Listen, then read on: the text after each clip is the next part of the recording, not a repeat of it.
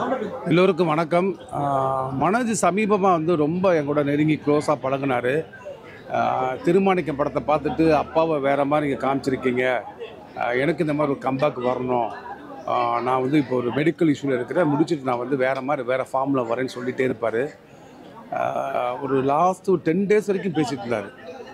அவர் எப்பயுமே ரொம்ப ஒரு ஸ்மைலிங்காக, உற்சாகமாக, புன்னகை மாறாமல் தான் பேசிகிட்டு இருப்பார். இந்த இழப்பு ஒரு ஈடு செய்ய முடியாத இழப்பு தான். அப்பாவை அவ்வளோ கேர்ஃபுல்லாக அப்பாவுடைய ஹெல்த்தை பற்றி அடிக்கடி பேசிகிட்டு இருப்பார். அவர் இன்னும் கொஞ்சம் வாழ்ந்திருக்கணும், அப்பாவுக்காக, அவர் குழந்தைகளுக்காக, அந்த மாறாத புன்னகைக்காக, ஸ்மைலுக்காக வாழ்ந்திருக்கணும். இப்போ தான் அப்பாவை பார்த்துட்டு வரோம். அது ஈடு செய்ய முடியாத இழப்பு.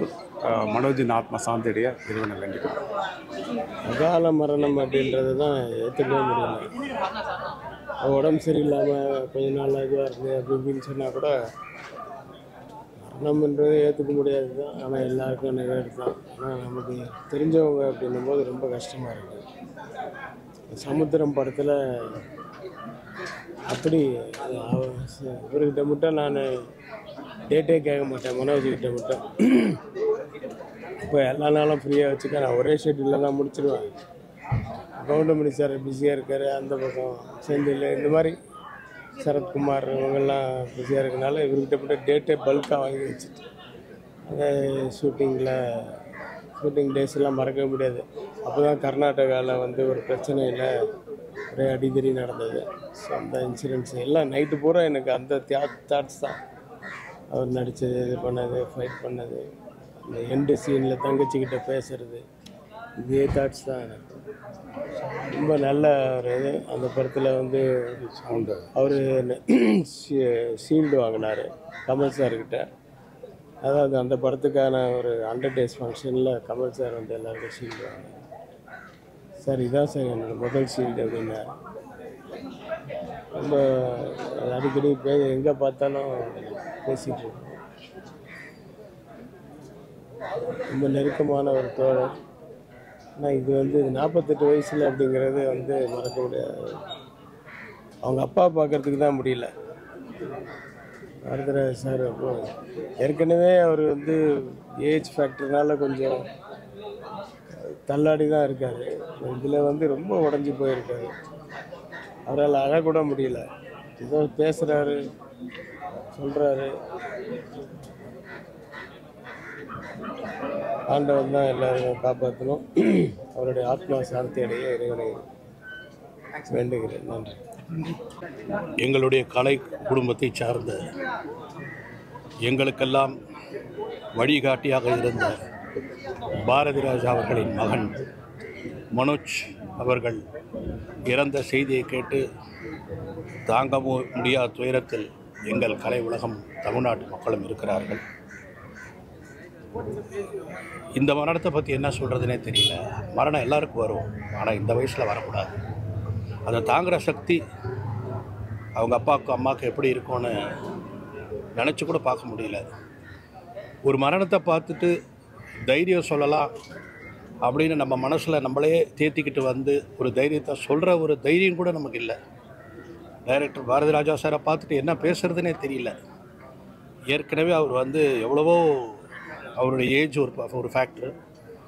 ரெண்டாவது அவருக்கு இருக்கிற ஒரு பையன், ஒரு பொண்ணு, அதில் அந்த பையன் மேலே அவருக்கு உயிர்.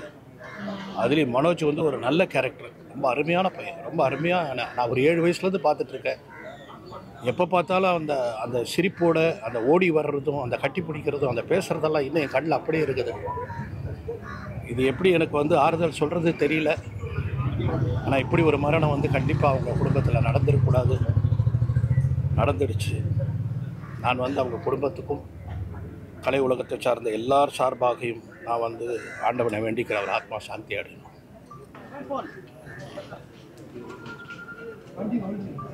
யாருக்கு யார் ஆறுதல் சொல்கிறது?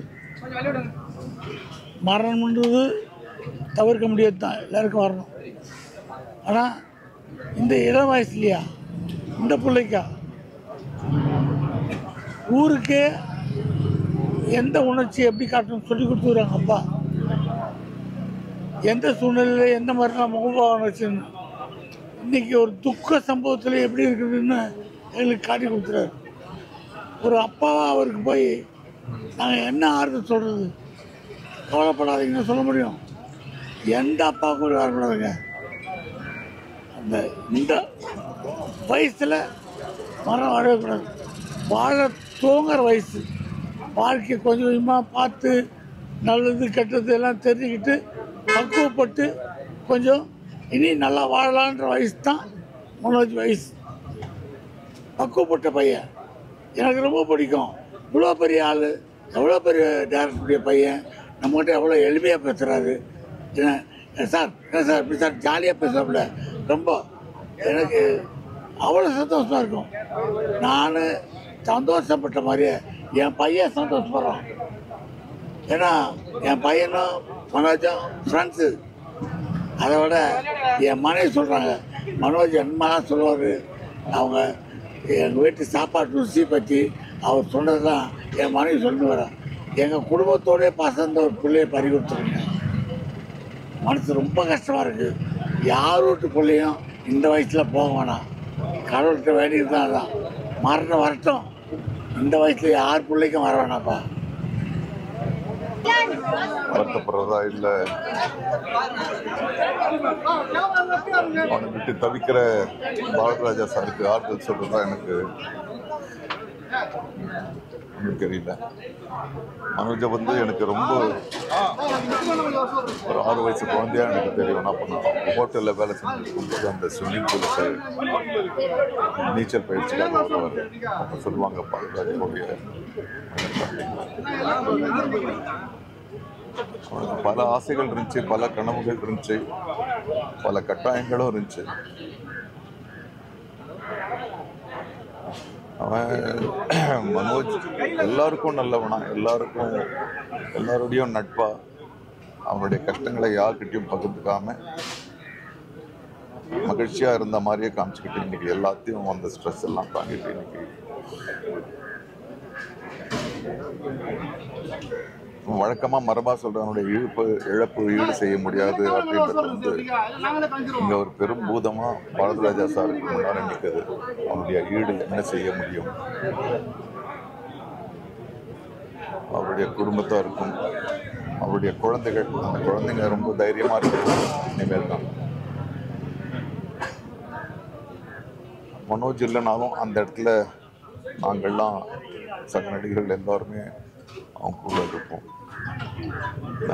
எங்கள் சினிமாவுக்கெல்லாம் அப்பாவாக இருந்தவர் தான் இமயம் பாரதிராஜா சார் அவர்கள்.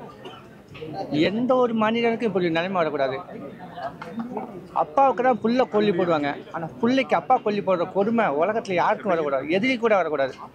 உலகத்தையே சிரிக்க வச்சது சினிமாவை வெளியில் கொண்டு வந்து எல்லாரும் நடிகரான எல்லாரும் மக்கள் எல்லாரும் சந்தோஷப்படுத்தலான்னு பாரதிராஜா சார் எல்லாரையும் வாழ வச்சார், எல்லாரையும் சந்தோஷப்படுத்தினார். சினிமா கலை தாய்க்கு ஒரு மிகப்பெரிய அப்பாவாக இருந்தார். ஆனால் அப்பாவுக்கு ஒரு சோறு என்னன்னா, எங்கள் கலைத்தாய், எங்கள் கலை குடும்பம், அதாவது எல்லாருக்கும் இன்னும் ஒன்றும் சொல்ல முடியல, யாருக்கும் இந்த கஷ்டம் வரக்கூடாது. ஆனால் ஒன்று மட்டும் நடந்துடுங்க, இங்கே உலகத்தில் எதுவுமே நடந்துடல. இருக்கும்போது பிள்ளைங்களோட, குழந்தைங்களோட, மனைவி கூட சந்தோஷமாக இருக்கணும், அதுதான் நடந்துடும். நம்ம வச்சிருக்க சொத்து சுகம் எதுவுமே நடந்துடல.